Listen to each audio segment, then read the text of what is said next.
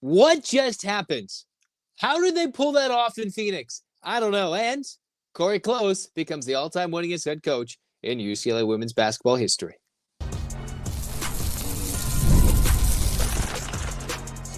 You are Locked On UCLA, your daily podcast on the UCLA Bruins. Part of the Locked On Podcast Network, your team every day. Welcome, everybody, to this edition of the Locked On UCLA Podcast. I'm your host, Zach Anderson-Yoxsimer. Thanks for making this show your first listen each and every day. It's free wherever you get your podcast, and it's available on YouTube. Like, comment, subscribe. Thanks for your support. This episode is brought to you by FanDuel. And hey, go check it out. Your new customer, $5 bet. You win it, get $150 in bonus bets. FanDuel.com. And where we get started today, how did they do it? That is easily one of the biggest wins of the year. Yes, I know Oregon was probably the biggest in stature with how Oregon's been doing. But UCLA, I think, proved to themselves, to us, to the national media, to all the pundits, to myself, to Mick Cronin, most importantly, the locker room, that man, even on the worst of nights,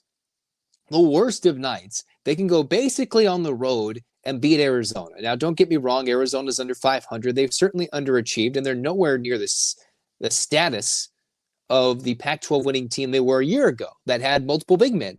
And they missed Krivas tonight, who was one of their key big men.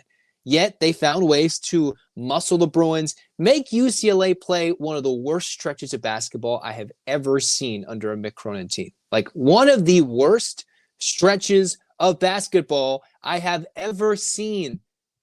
Very close to that Utah game in Salt Lake City of the last season. Very close to as bad as UCLA has looked. Like Arizona was taking candy from a baby. Like it was that easy. That UCLA looked that flustered. That bad UCLA looked. The Bruins turned it over only 14 times. It felt like 70 billion. The Bruins couldn't get in the basket. UCLA, 7 of 16 from the free throw line. You hear that number 7 of 16, you think that's a good three-point shooting day. You think that's a good field goal percentage, but it's an awfully terrible free throw shooting percentage. Let me not get into the three-point numbers, 4 of 21. So nothing, and I mean nothing, was going their way, despite shooting 52% in the first half. Arizona shot close to 60%, and the Bruins somehow held on to the lead, which they led by 8 at one point. And I thought they were capable in the first 5, 10, 8 minutes of that game of trashing and thrashing and just destroying Arizona. And somehow, in the middle of the first half, everything flipped. And it looked like Arizona was like, yeah, no, this is not happening. Under no circumstances is that happening. Jaden Bradley was doing everything, 12.7 rebounds, 6 assists, 5 steals. Literally was like tapping a UCLA player on the shoulder. They would turn around, and then he'd just rip the ball. Like it was that embarrassing at some points for the UCLA offense. But luckily, the Bruins, whose only loss this year came when they had 21 turnovers, somehow only had 14, were getting vastly out-rebounded early. They ended up losing this rebounding battle by 10, which they're probably going to do on most nights when their bigs aren't at their best, which generally they're not this year. But they forced 22 Arizona turnovers, which led to 27 points off those turnovers. UCLA in this game only scored 57 points. Only 57. And they scored almost half their points based off Arizona turnovers. A game where they looked dead in the water, right? What, like down 13? And then you're like, well, they're only down 9. There's a lot of time left. And Arizona does not hit a field goal for the next 9 minutes. 9 minutes, they held Arizona without a field goal late.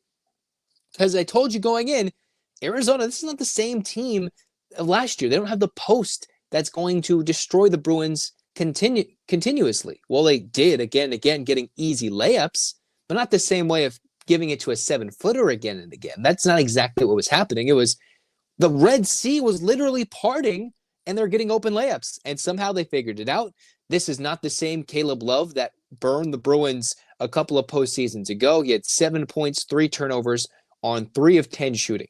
That's not the same Caleb Love that was crushing UCLA hearts when he was a part of the North Carolina Tar Heels. Or last year where he hit some dagger threes, part of a Pac-12 winning team in Arizona, right? That's not the same player. It's not the same team that lost at least 2 to 3, 4 starters to the portal, to the pros, to their careers, and all of that.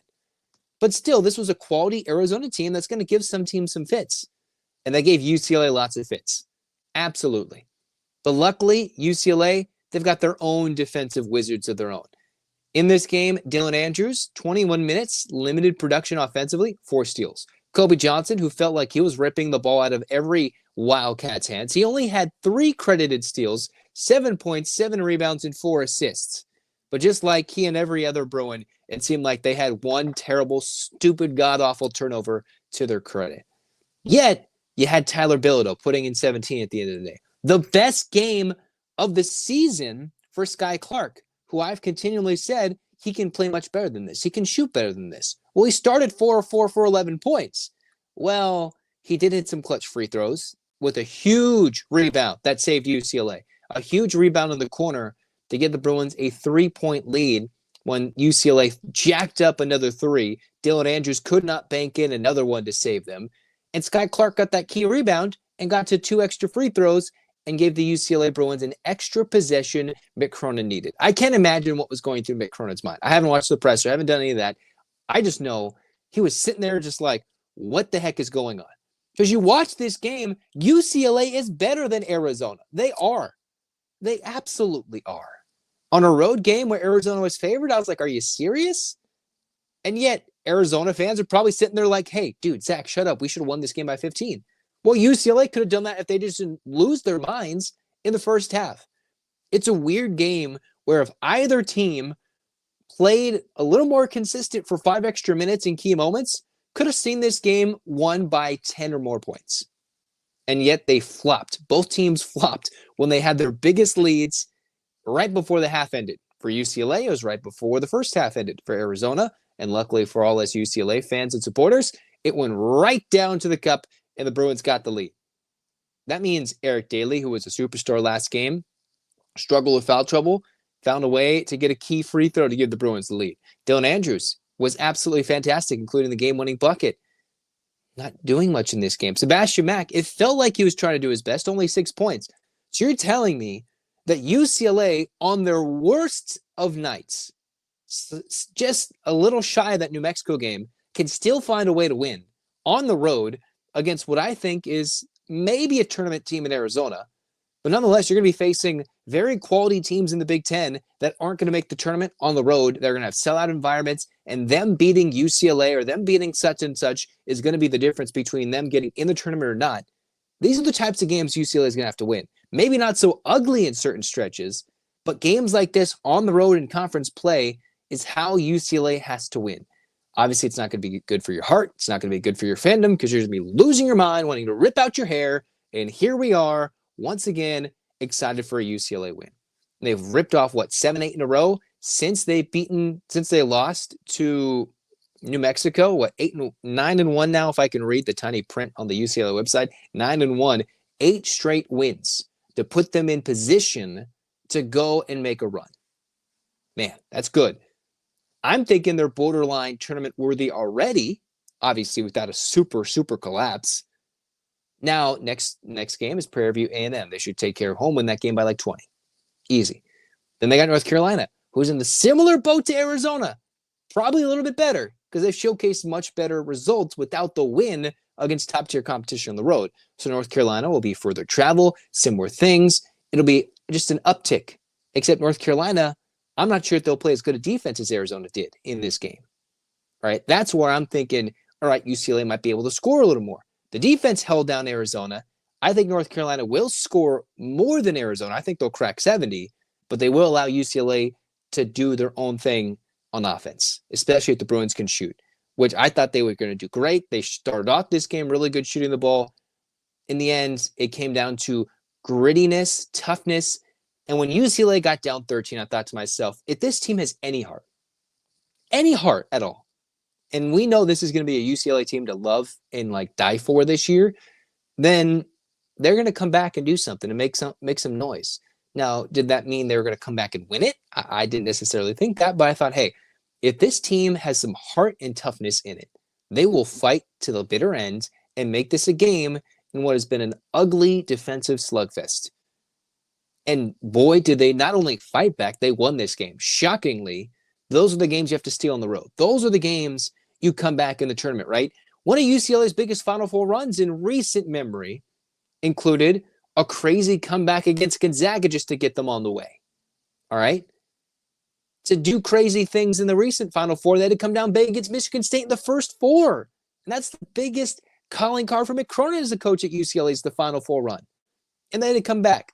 So to go on big runs, you're going to have to win games like this. Maybe not so ugly, maybe not as terribly as they played turning it over and shooting so badly, but they're so good defensively at times, because they can either make sure you miss shots as they did down the stretch, or even when Arizona was making a lot of shots, rip the ball from them when the officials were not blowing their whistles in the first half for a very physical UCLA team, to take advantage of a smaller roster, but very quick hands, quick defensively, and turn that into points the other way, which is exactly what UCLA did.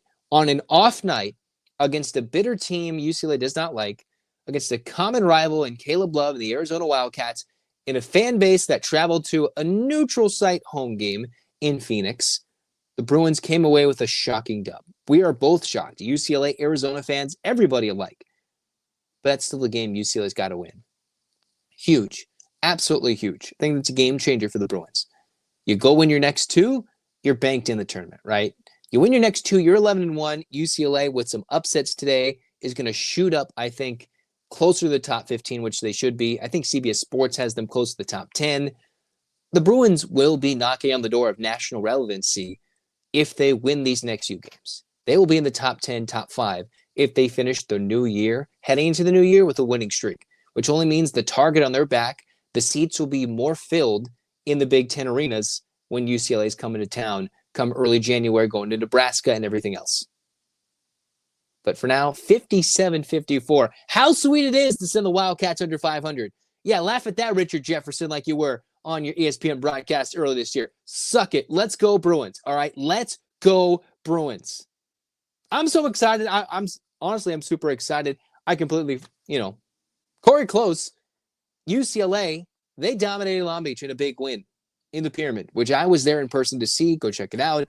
And Cori Close has become the all-time winningest head coach in UCLA women's basketball program history. All right.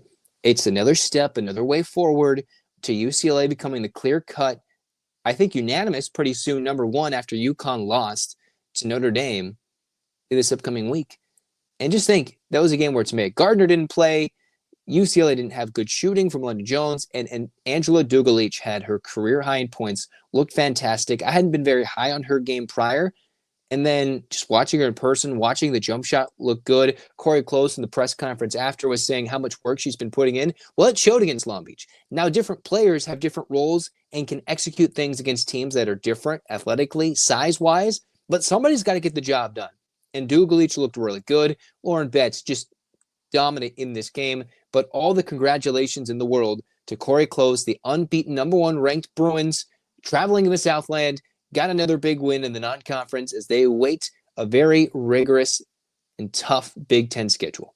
But Cori Close now is the all-time winningest head coach in UCLA women's basketball history. So congratulations to her on this monumental basketball day here on Locked On UCLA.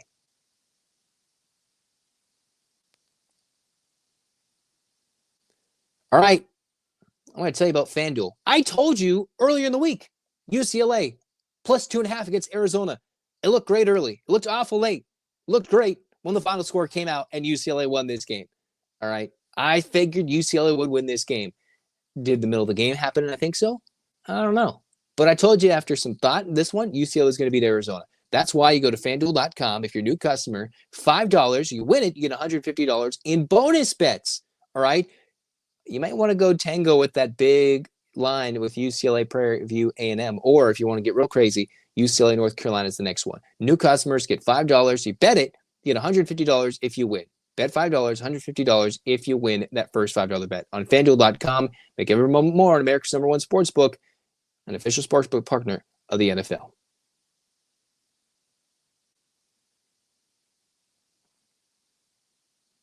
All right, that's going to do it for us here on Locked On UCLA. Zach Anderson-Yoxsimer with you guys. Hands up, Bruins fans. 8 clap time, baby.